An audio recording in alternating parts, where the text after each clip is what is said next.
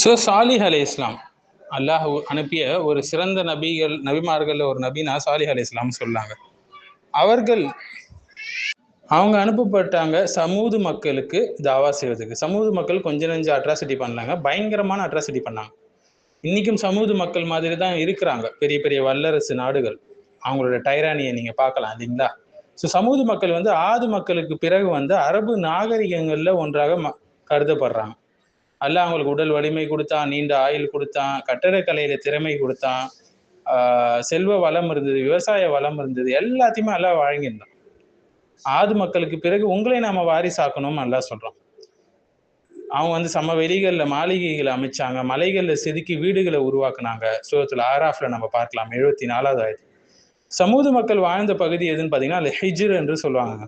இன்றைய சவுதி அரேபியாவுடைய மதாயின் சாலிஹ் அந்த பகுதியுடன் இதை பலர் தொடர்பு படுத்துவாங்க.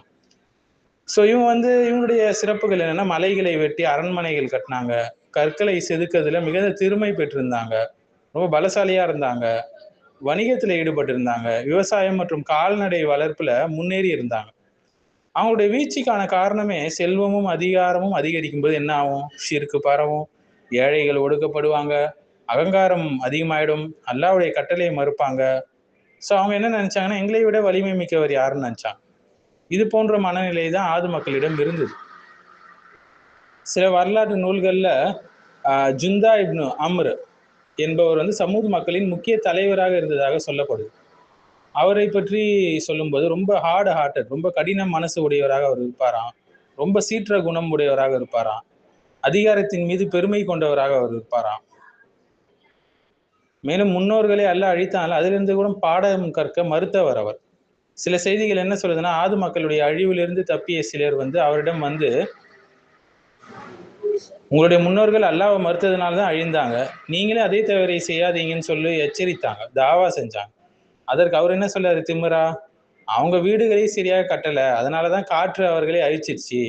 ஆனா நாங்க பாருங்க மலைகளை வெட்டி வீடுகள் கட்டுறோம், எந்த புயலும் எங்களை அழிக்க முடியாது என்று அகங்காரமாக பதில் அளிச்சு.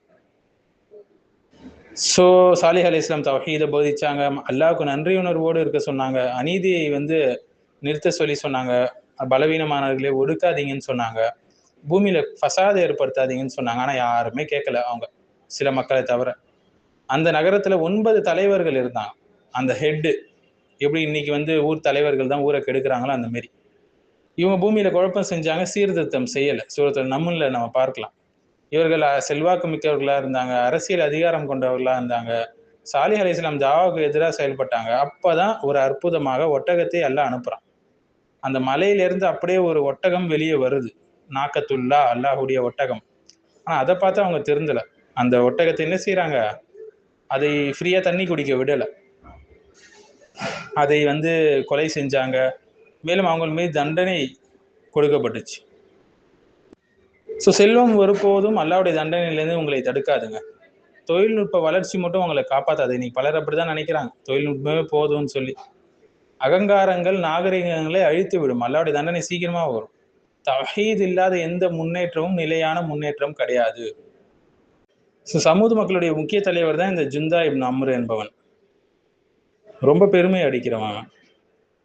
ஸோ சமூக மக்கள் பற்றிய கல்வெட்டுகள் நீங்கள் பார்த்தீங்கன்னா கிமு 8லிருந்து 5ஆம் நூற்றாண்டுகளில் சமூக இனக்குழுக்கள் இருந்ததாக வரலாற்று ஆசிரியர்கள் சொல்கிறாங்க.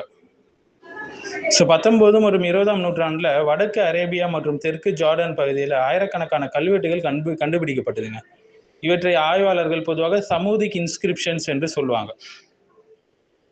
ஏறத்தாழ 40க்கும் மேற்பட்ட சிலைகளை அவங்க வழங்கினதாக சொல்லப்படுது வரலாற்று குறிப்பில். பல தெய்வ வழிபாட்டில் அவங்க இருந்தாங்க, முன்னோர் மரபுகளை பின்பற்றினாங்க, சாலிஹ் அலை இஸ்லாமுடைய தௌஹீத் அழைப்பை அவங்க எதிர்த்தாங்க என்றெல்லாம் வருது. ஸோ என்னதான் நம்ம தொழில்நுட்பத்தில் வளர்ந்தாலும் சரி, பொருளாதாரத்தில் வளர்ந்தாலும் சரி, ஆன்மீகத்தில் வீழ்ச்சி இருக்கு, ஈமானுடைய நெருக்கடி இருக்கு என்றால் ஆட்டோமேட்டிக்காக அல்லாஹ் என்ன செய்வான், அல்லாஹ் அவனுடைய தண்டனையை இறக்குவான்.